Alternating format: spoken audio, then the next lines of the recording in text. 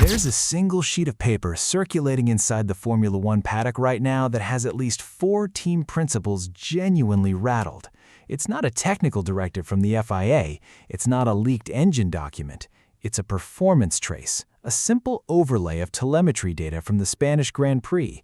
And according to 2 independent engineers who saw it, the numbers on that page don't just suggest a shift in the competitive order, they scream that something fundamental has changed, something the rest of the grid didn't prepare for. And the scariest part? The driver at the center of it isn't a rookie phenom or a surprise breakout. It's a 7-time world champion who just walked into Ferrari and within months rewired how a legendary team chases a lap time. I'm talking about Lewis Hamilton and the reality that Ferrari is no longer the team you can count on to fumble a strategy call or show up with a car that eats its tires after 10 laps. Over the past few weeks, conversations with paddock insiders, engineering sources, and even rival strategists have painted a picture that's equal parts fascinating and unsettling for anyone not wearing red. This isn't just a feel-good comeback story. This is the sudden emergence of a Ferrari that thinks like a championship machine, driven by a guy who appears to have unlocked something the factory had been missing for over a decade. Before the season began, the big story was the 2026 regulation overhaul: lighter cars, smaller footprints, active aerodynamics, and power units with an almost even split between internal combustion and electric output. The entire grid knew the reset was coming, but what almost nobody saw was how perfectly one driver's instincts would map onto the new demands. Hamilton, for his entire career, has been known for a style that attacks the corner entry like he's trying to bend physics. He carries enormous apex speed, rotates the car aggressively with the rear end dancing right on the edge, and uses late trail braking to keep the nose pinned. In the previous generation of heavier ground effect cars, that approach could sometimes punish you. The cars wanted to be driven smooth and flat, and overdriving the fronts would just cook the rubber. But now, the 2026 machines are almost 50 kilograms lighter, with a shorter wheelbase and a suspension philosophy that rewards exactly that kind of violent precision. And suddenly, the thing that used to be a compromise for Hamilton has become a straight-up weapon. Here's where it gets interesting.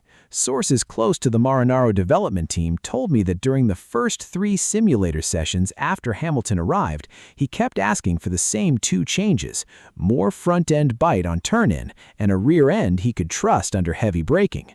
The existing SF26 concept had been built around a different philosophy, one that leaned toward a stable, understeer-resistant platform that Charles Leclerc could exploit with his quick, flickable steering inputs. But Hamilton's feedback exposed a blind spot the simulator data had never revealed. The correlation between the wind tunnel numbers and real-world track behavior had a tiny but critical lag in the medium speed corners, exactly where Hamilton wanted to push the car harder than anyone had dared. When the engineers corrected that misalignment, the car gained almost 0.2 in the final sector at Barcelona alone, without any new parts bolted on. That's the kind of step that usually takes an entire winter of development, and it came from one driver's feel in a simulator session that lasted less than 4 hours. Let that sink in for a moment, because it explains why certain rival engineering departments have gone very quiet. Mercedes, in particular, built an entire generation of dominance around the data advantage they held when Hamilton was in the cockpit. They knew exactly how he extracted lap time, and they knew nobody else could replicate it. Now, that same brain is inside a Ferrari, and the data advantage doesn't just transfer, it multiplies, because Ferrari's infrastructure in 2026 is arguably stronger than what Mercedes has right now. Wind tunnel hours, budget cap efficiency, power unit reliability, all the pieces were already there. What was missing was the human element that could connect the dots between a number on a screen and a gut feeling at 300 kilometers an hour. That brings me to the moment that has people inside the paddock genuinely nervous. During the race weekend in Spain, Hamilton's engineering team made a setup call on Saturday night that contradicted the pre-weekend simulation plan. They pulled rear downforce out of the car, something that on paper should have made the SF26 unstable in the long turn 9 right-hander. But Hamilton insisted the balance shift would allow him to attack the curbs more aggressively in the final chicane, where he believed he could find the winning margin. It was a call that, in the past, might have been overruled by committee. Historic Ferrari decision-making has a habit of retreating to conservative choices under pressure. This time, the call went through, and on Sunday, the move paid off to the tune of a breakthrough victory, the kind where the car looked planted, the tires stayed alive, and the competition was left wondering how a team that used to trip over its own radio messages now looked ice cold. You have to understand the cultural earthquake that represents. Ferrari's internal structure, for years, has been described by people who worked there as brilliant but chaotic. Flashes of genius undercut by hesitation, unclear chains of command, and a tendency to second-guess bold strategic swings. Hamilton, according to those who have observed the team dynamic up close, did not walk into Ferrari quietly. He arrived with a championship expectation of how communication should flow, how accountability should be assigned, and how no meeting should end without a clear, unambiguous decision. Multiple reports, including those from Italian motorsport outlets, with deep access, indicate that the post-race debriefs now run with a level of brutal honesty that was once considered too uncomfortable for the team's culture. And the result isn't conflict, it's clarity. Clarity that has Ferrari fighting at the front on Sundays instead of playing damage limitation after a qualifying mistake. And then there's the Leclerc factor, which is where this story takes an even more compelling turn. Coming into 2026, many assumed that if Hamilton couldn't immediately gel with the car, Leclerc would eat him alive over one lap and slowly pull ahead. Instead, Leclerc has publicly acknowledged, and this is not something you hear every day from the driver of his caliber, that he's studying Hamilton's vehicle understanding. Not his driving lines, but the way he interprets car behavior. Leclerc mentioned in a press conference that watching how Hamilton builds a setup across a weekend has changed his own approach, making him a more complete driver. When your incumbent superstar, a guy widely considered the fastest qualifier on the grid, starts adapting his methods because of the new teammate, that's not just respect, that's a signal that the knowledge transfer inside Ferrari is happening in one direction, and it's raising the baseline for the entire garage. Now, why is this scaring the rest of Formula One? Let me paint the picture from a rival team's perspective. You've spent the last 2 years preparing for the biggest regulation change in a decade. You've allocated resources, you've gambled on a power unit architecture, you've run tens of thousands of simulations. You think you've accounted for all the variables. Then, halfway through your final development push, you see a Ferrari that suddenly correlates its simulations with reality better than anyone. A Ferrari that doesn't bleed performance when it goes aggressive on setup, and a driver pairing that is now mutually sharpening each other instead of competing for status. That's not a competitor you can dismiss as lucky. That's a competitor that has removed its historical weaknesses while adding a generational talent who seems to be peaking, not declining. Some engineering sources I spoke with pointed to a specific data set from the Barcelona long runs. They noticed that Hamilton's lap time degradation on the medium compound was almost flat for the entire second stint, while the chasing cars, including the highly rated rival from a team wearing silver, started falling off a cliff after 10 laps. The implication is that the SF26 not only generates peak downforce, but manages its tire temperatures in a window that Hamilton's driving style naturally sustains. And because the 2026 tires have a slightly narrower operating window, that thermal sensitivity turns into a massive competitive advantage when one driver can instinctively keep the rubber in the sweet spot. It's a bit like having a cheat code that nobody else can type fast enough to use. But before anyone starts engraving the trophy, there are still questions worth asking, and I want to be balanced here. Ferrari has a long history of mid-season development battles, and the 2026 season is only a handful of races deep. Rival teams aren't standing still. They're burning the midnight oil to understand what Ferrari has found and whether they can claw back the deficit through floor upgrades or suspension tweaks. There's also the very real possibility that the SF26's advantage is circuit-specific, and tracks with longer straights or different corner profiles could reshuffle the order. And, as any seasoned F1 observer will tell you, Ferrari's ability to maintain operational sharpness across a full 24-race calendar remains the great unanswered question. The early signs are promising, but the real test comes when the pressure ratchets up and mistakes become magnified. Still, the sheer speed at which this transformation has occurred is what's sticking in people's minds. The last time a driver walked into a historic team and immediately reshaped its technical direction to this degree, it was Michael Schumacher arriving at the same factory in the mid-90s. And we all know how that chapter ended.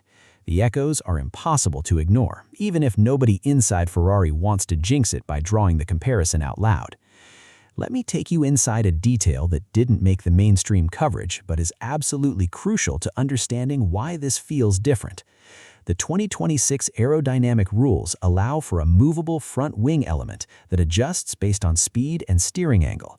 It's a piece of engineering designed to give drivers more front-end grip in slow corners without sacrificing straight-line efficiency. In the early simulator runs, Ferrari's control software for that element had a slight delay of a few milliseconds, barely perceptible on paper. Hamilton picked it up within his first 10 virtual laps and flagged it during the debrief. The team's software engineers, who had been working on that system for 18 months, initially thought it might be placebo. They tested it. Hamilton was right.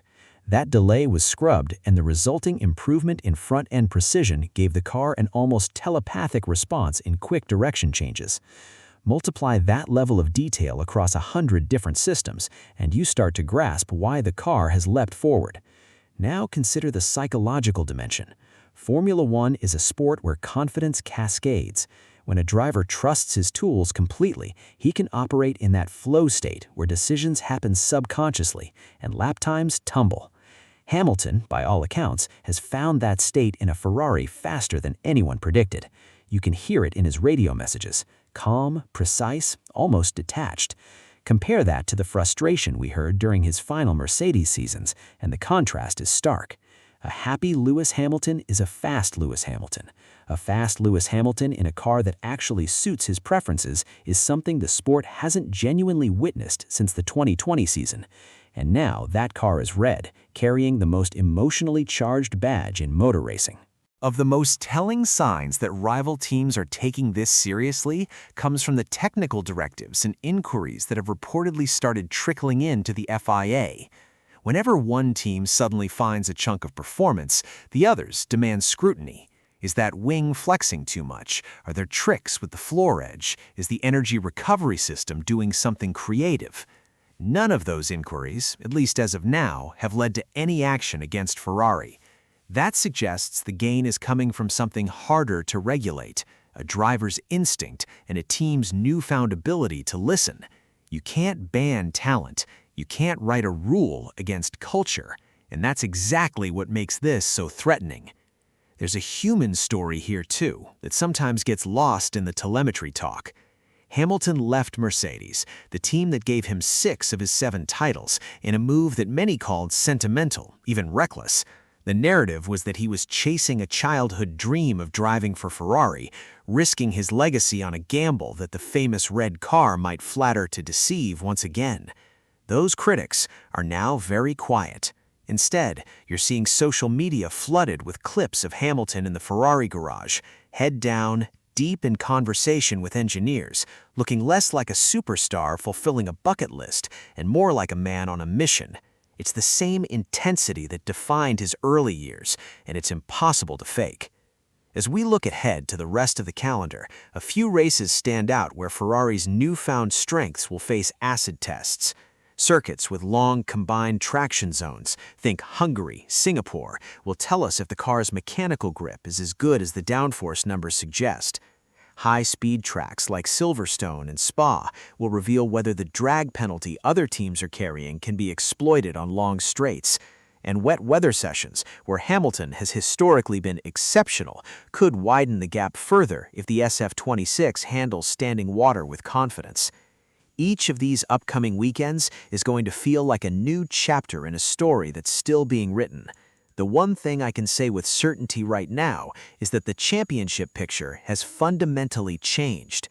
Preseason, most analysts had either the reigning Constructors' champion or a resurgent Mercedes penciled in as favorites, with Ferrari somewhere in the mix, maybe grabbing a win or two. 6 races in, the conversation has pivoted to whether anyone can stop the red car from running away with it. That's not hype, that's the lap chart talking. And when you dig into the reasons behind it, the common thread keeps leading back to one garage, one driving seat, and one decision that reshaped an entire organization. I'll leave you with this thought. In any sport, there are moments when a single individual changes the trajectory of a team, not just through their performance, but through the standards they set. What we might be witnessing right now isn't just a Ferrari revival, it's the final act of a driver determined to prove that greatness is transferable, that winning isn't a circumstance, but a skill, and that when the car finally matches the mind, history tends to repeat itself. The telemetry paper I mentioned at the start, it's still being passed around, and every time another engineer studies it, the same quiet realization sinks in. The Ferrari we used to joke about is gone, and the one that's taken its place might just be unbeatable.